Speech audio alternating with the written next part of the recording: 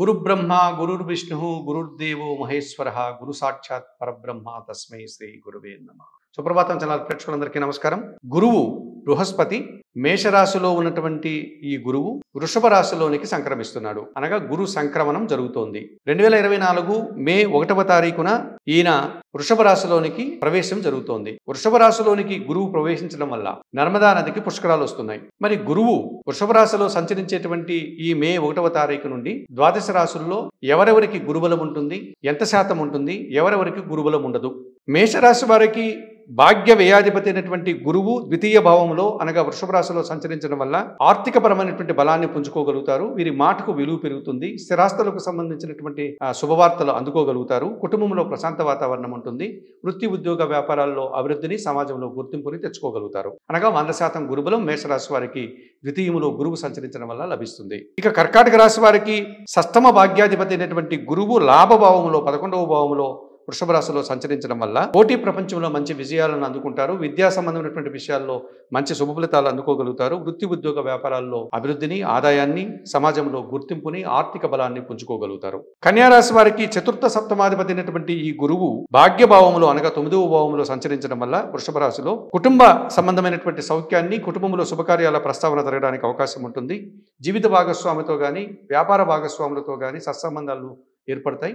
సమాజంలో పేరు ప్రఖ్యాతలు రావడానికి అవకాశం ఉంటుంది. పూర్వపుణ్యం వల్ల ఆర్థికపరమైనటువంటి బలాన్ని, ఆరోగ్యాన్ని సంపాదించుకోగలుగుతారు.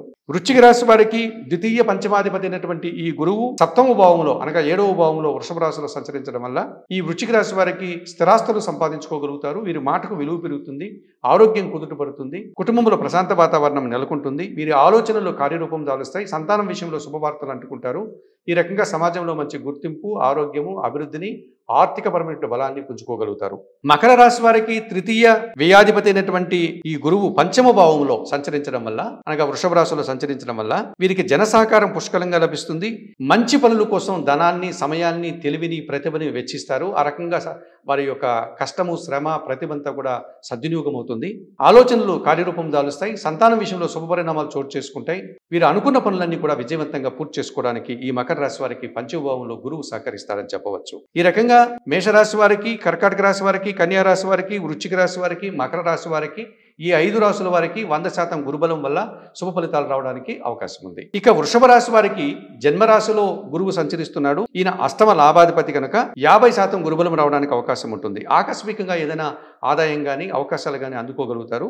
జన సంబంధాలు పెరగడం వల్ల కూడా వీరు అనుకున్న పనులు చేసుకోవడానికి కాస్త నేపథ్యాన్ని ఏర్పాటు చేసుకోగలరు. ఇక సింహరాశి వారికి పంచమ అష్టమాధిపతి అయినటువంటి ఈ గురువు దశమ భావంలో అనగా వృత్తి భావంలో, వృత్తి దశలో ఆయన సంచారం కొనసాగించడం వల్ల వృషభ రాశిలో ఆలోచనలు కార్యరూపం దాలుస్తాయి. వృత్తి ఉద్యోగ వ్యాపారాల్లో పని ఉంటుంది. పనికి తగినటువంటి ఫలితము ఉంటుంది. అనగా కష్టానికి తగిన ఫలితాన్ని అందుకోగలుగుతారు. ధనుసు రాశి వారికి జన్మరాశ్యాధిపతి మరియు చతుర్థాధిపతి అయినటువంటి ఈ గురువు షష్టమ భావంలో 6వ భావంలో సంచరించడం వల్ల కుటుంబపరమైనటువంటి విషయాలు కొన్ని వీరు జాగ్రత్తగా చేసుకోగలుగుతారు.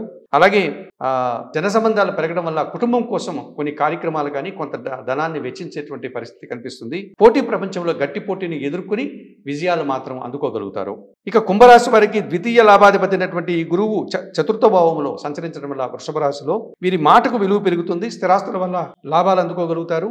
కుటుంబం కోసం శుభకార్యాలు లాంటివి చేసి తద్వారా మంచి ఫలితాలు అందుకోగలుగుతారు. వృషభ, సింహ, ధనస్సు, కుంభరాశులకి ఈ 4 రాశుల వారికి ఈ గురువు 50% అనగా మిశ్రమ ఫలితాలు వచ్చేటువంటి పరిస్థితి కనిపిస్తుంది. 50% గురుబలం ఉంది అని చెప్పవచ్చు. మరి పూర్తిగా గురుబలం లేనటువంటి రాశులు ఏమైనా ఉన్నాయా అని కానీ ఆలోచిస్తే తప్పనిసరిగా మిథున రాశి వారికి సప్తమ వ్యయాధిపతి అయినటువంటి ఈ గురువు వ్యయములో సంచరించడం వల్ల కాస్త శ్రమ అధికమవుతుంది. అనారోగ్య సమస్యలు ఉంటాయి. ఖర్చులు అధికమయ్యేటువంటి సూచన కనిపిస్తుంది.